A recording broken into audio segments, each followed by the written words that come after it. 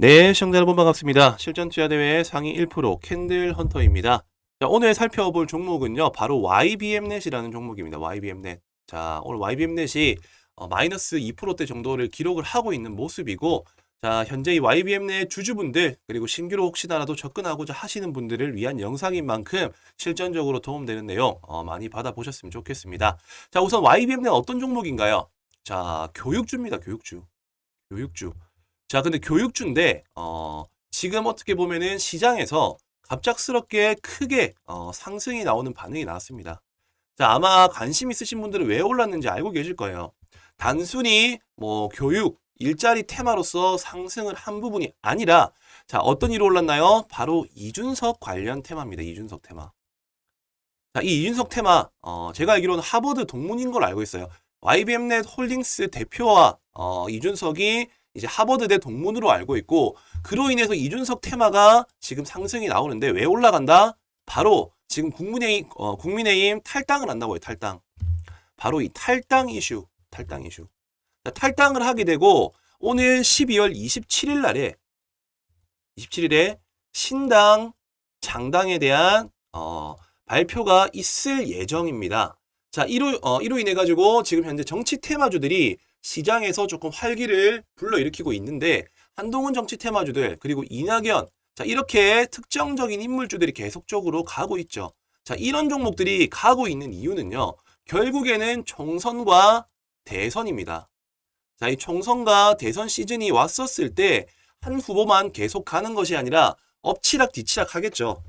선호도 조사부터 해가지고 지지율 조사 계속적으로 왔다 갔다 할 겁니다. 지금 여기서 관심 있게 봐야 될 대목은 한동훈 법무부 장관이 총선 출마에 대한 부분들을 의사를 밝힌 점, 그리고 이낙연 과거 전 민주당 대표, 마찬가지로 신당에 대한 얘기가 나오고 있죠. 이준석 또한 마찬가지로 신당에 대한 이슈가 나오고 있습니다. 시장에서는 이런 이슈들을 어떻게 반응을 하냐면요, 정치 테마주가 한번 어떤 인물주에 대해서 엮여가지고 시세가 나온다라고 했었을 때 엄청나게 크게 가더라, 크게 가더라는 것을 다들 시장 경험을 통해서 알고 있어요.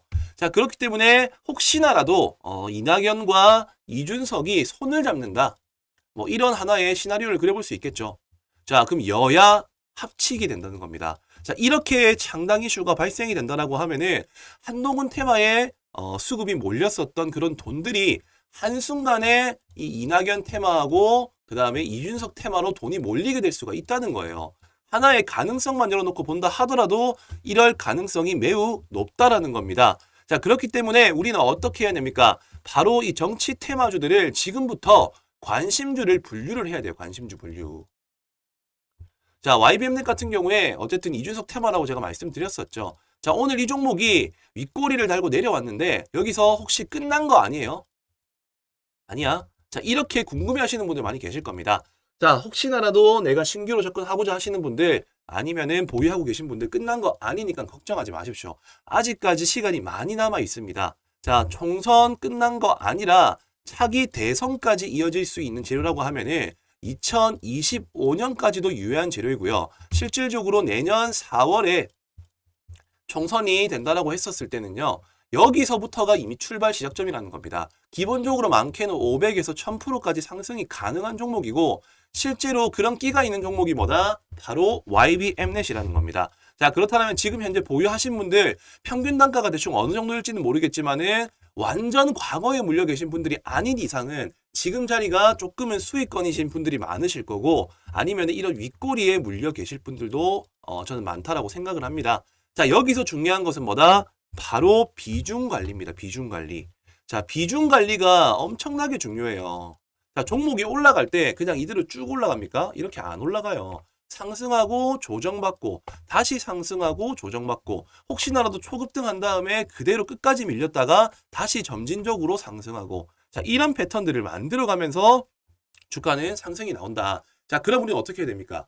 상승하고 난 이후에 윗꼬리에서 매도를 하고, 그리고 조정받는 시점에서 다시 추가 매수를 하고, 자, 이런 식의 전략을 세우셔야겠죠. 자, 그런 전략을 세우는 방법 어떻게 합니까? 자, 궁금하신 분들 많이 계실 거라 생각이 들어요. 그래서 제가 준비를 했습니다. 자, 종목 진단 체크리스트. 자, 이거는 정치 테마뿐만이 아니라 내가 개별적으로 보유하고 있는 모든 종목에 해당되는 사항인 만큼 정말 중요하고 기본적으로 탑재해야 될 지식이라고 생각을 해요. 자, 특별히 저희 구독자 여러분들께 제가 준비한 내용인 만큼 지금 이 영상 시청하시는 분들 바로 여기 위에 보이시는 이 배너 번호로 자, 숫자 3번이나 혹은 체크라는 단어를 작성을 해가지고 전송만 해주시면 됩니다. 자, 이렇게 전송을 해주시는 분들에 한해서는요, 스스로가 아까 제가 말씀드린 것처럼 상승과 하락을 반복하는 데 있어가지고 차트를 기본적으로 보는 방법, 자, 차트 보는 방법과 그리고 두 번째로는 이 재료의 유통기한, 이거를 체크하는 방법, 그리고 마지막으로 자, 나의 투자 성향 MBTI. 자, 이 MBTI라는 건 뭐냐면 별거 아닙니다. 자, 우리 흔히 말하는 성격 유형 MBTI 검사처럼 주식도 마찬가지로 각자 맞는 투자 성향에 맞게 투자를 하셔야 돼요. 자, 그렇기 때문에 제가 지금 준비한 내용들을 이렇게 차트를 보는 방법에 대한 내용과 그리고 재료를 분석하는 방법, 그리고 투자 성향 MBTI, 이거는 뭐 1분이면 끝납니다. 자, 이렇게 종목 진단 체크리스트 점검표를 꼭 받아보셔가지고 내가 어떤 포지션으로 한번 접근을 하면 좋을지에 대한 그런 기준을 우선적으로 마련을 하시고, 자, 그러고 난 다음에 어떻게 됩니까? 바로 우리 정치 테마방. 이 정치 테마방이 뭐냐면은 저희 가족방, 무료 소통방을 진행을 하고 있습니다. 자, 여기서는요, 어쨌든 시장에서 이슈가 되고 있는 종목들부터 해서 노출될 수 있는 재료가 나올 때마다 같이 공유를 해요, 같이 공유. 자, 혼자서 하기보다는 같이 간다라고 하면은 더 멀리 갈 수 있다, 이런 얘기 들어보셨죠? 자, 이런 마음을 가지고 저 또한 마찬가지, 그리고 실제로도 주식 고수분들도 같이 한번 참여를 하면서 좋은 내용들이 있으면 같이 공유하고 있으니까 아마 많은 공부와 도움이 되실 거기 때문에 바로 여기 위에 보이시는 이 배너 번호로 자, 3번이라고만 전송을 시켜주신다라고 하면은 이 무료 소통방에 바로 안내를 도와드릴 테니까요. 지금 구독자 여러분들 혹시나라도 내가 아직 안 들어와 있다 하시는 분들 바로 위 영상 보시고 숫자 3번이라고 남겨주시면은 제가 바로 초대를 도와드리도록 하겠습니다. 자, 그렇기 때문에 이런 기준점들을 마련하고 난 이후에 YBM넷을 바라본다라고 하면은 오늘의 이 윗꼬리는 시장의 분위기 자체가 워낙에 수급이 분산되는 시장이었기 때문에 그로 인해 가지고 주가가 조금 조정이 나왔을 뿐이지 끝난 자리가 아니라는 거예요. 왜냐? 거래량이 없지 않습니까? 이렇게. 자, 그렇기 때문에 지금부터는 우리가 관심 있게 봐야 될 시점은 주가가 조금 더 밀리거나, 자, 주가가 밀렸을 때, 밀릴 때 접근 방식이 있고요. 자, 그리고 반대로 돌파가 나올 때 접근 방식이 있습니다. 자, 그냥 마냥 사는 게 아니라 돌파가 나올 때 접근해야 될 타점과 혹시나 주가가 밀렸을 때 접근하는 방법, 이 두 가지가 있다는 거예요. 자, 그렇기 때문에 우리 양방향에 대한 시나리오를 그려놓고 준비를 한다라고 하면은 보다 안정적으로 수익 실현을 할 수 있게 됩니다. 제가 첫 번째로 말씀드리고 싶은 거는 주가가 지금처럼 갑작스럽게 지수가 상승을 하면서 반도체 테마라든지 각종 전체적인 우량주 쪽으로 수급이 쏠리면서 지금 정치 테마주가 주춤할 때는 당연히 1번 공식, 밀릴 때 접근하는 방식에 대한 개념을 접근을 해야 되고요. 혹시나라도 5장에 들어가지고 수급이 강하게 붙어준다라는 시그널과 이 정치 테마가 움직이는 것이 확인이 될 때는 2번 포지션을 가지고 접근을 하셔야 됩니다. 자, 이러한 기준점들을 지금 현 시점에서 제가 말씀드리기보다는요, 당연히 그 상황에 맞는 실시간 소통이 필요하기 때문에 제가 바로 이 무료 가족방에 그리고 무료 소통방에 들어오셔가지고 도움을 받아보시라고 말씀을 드리고 있는 겁니다. 자, 그렇기 때문에 혹시나라도 제가 지금 이 영상에서 말씀을 드리고 있는 부분들이 조금 이해가 어렵거나 조금 더 디테일한 방향성에 대한 부분들이 궁금하신 분들은 지금이라도 늦지 않았으니까요. 바로 위에 보이시는 배너 번호로 3번이라고만 남겨주셔서 입장을 하시면 되겠고, 자, YBM넷 같은 경우에는 일단은 평균 단가에 따라서 대응하는 방법이 다를 수밖에는 없습니다. 자, 우선적으로는 조금 더 밀렸을 때 잡는 방법을 지금 시점에서는 제가 좀 강조를 드리고 싶고요.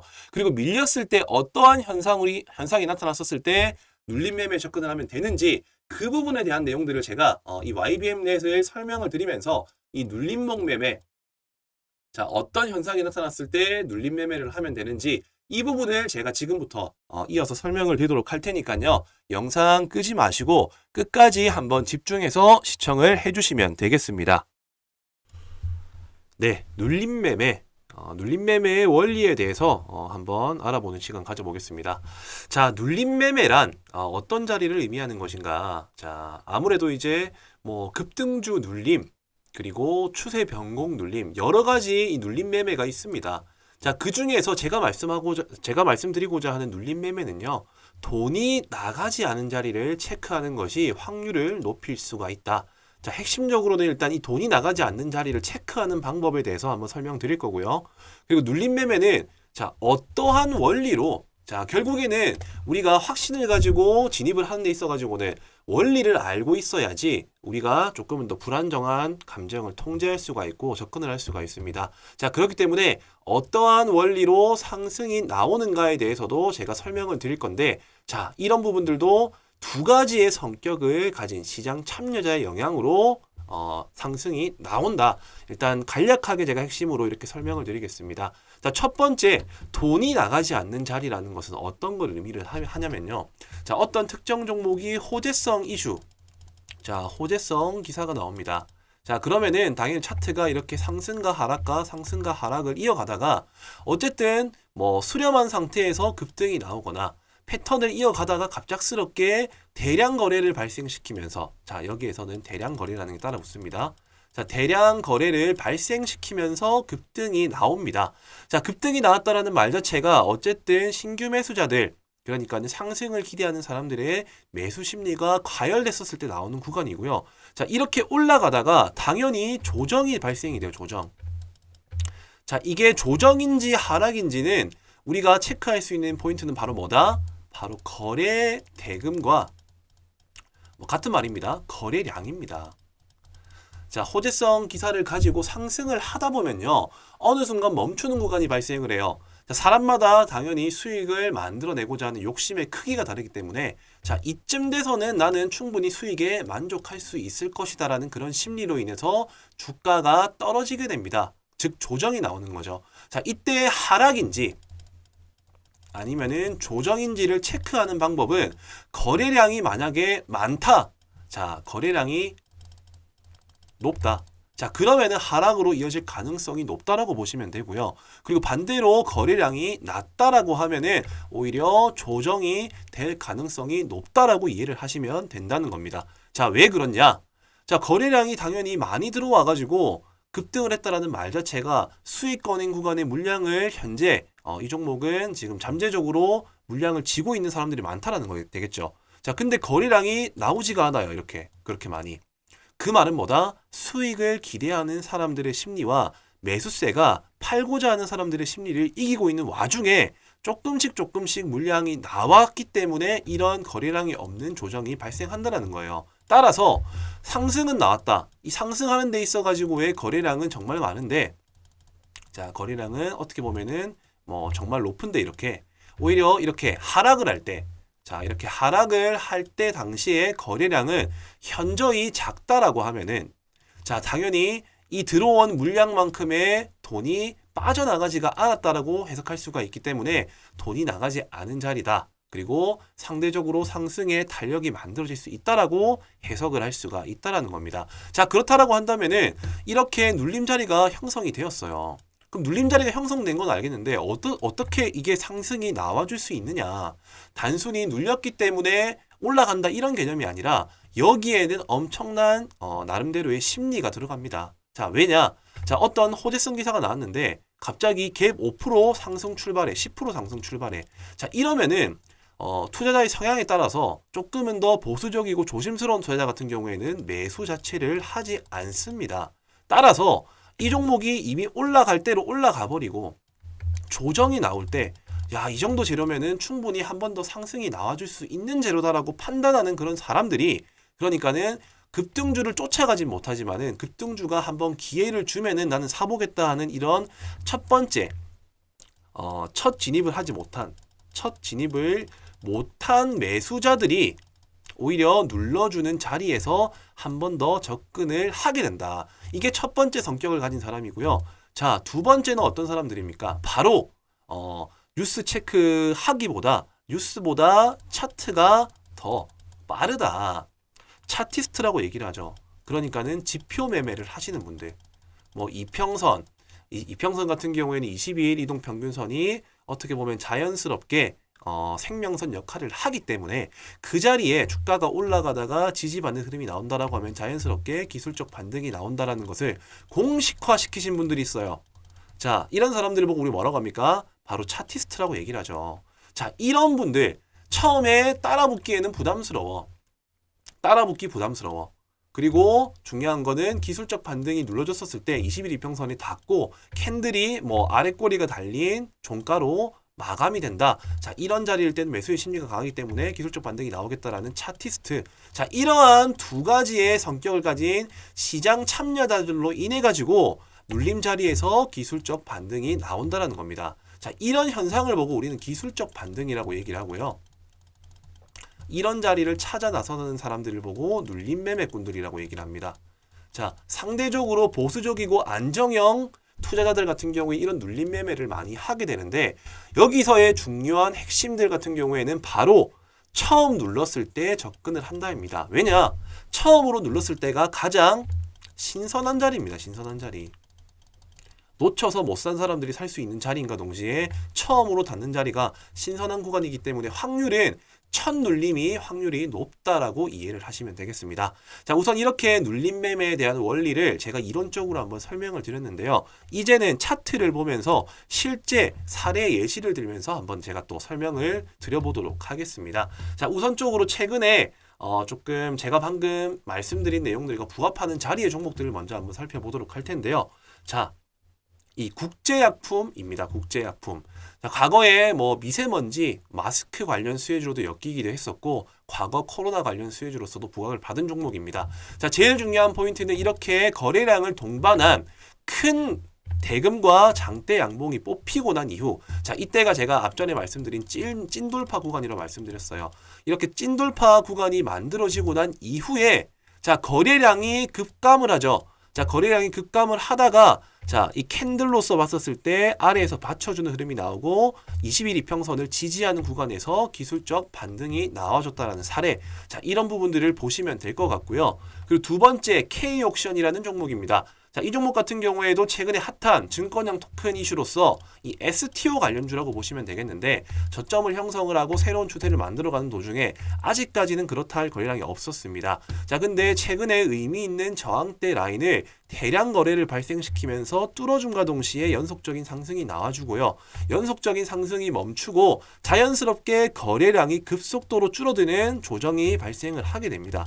자, 마찬가지로 20일 이평선 이 부근에 왔었을 때 지지받자마자 기술적 반등 바로 20% 상승이 나와줬고요. 자, 이러한 원리들을 토대로 해가지고 시장에서 앞으로 부각받을 수 있는 섹터와 종목들을 분류해서 접근을 한다면은 정말 손쉽게 수익을 만들어낼 수가 있다는 겁니다. 자, 제넥신이라는 종목도 당연히 뭐 바이오 섹터 중에 한 종목이긴 한데 최근에 이슈가 있었죠. 자, 저점 형성하고 거래량이 별로 없다가 가까운 저항대 라인대를 이렇게 대량 거래를 발생시키면서 고점을 돌파하고 뚫어줍니다.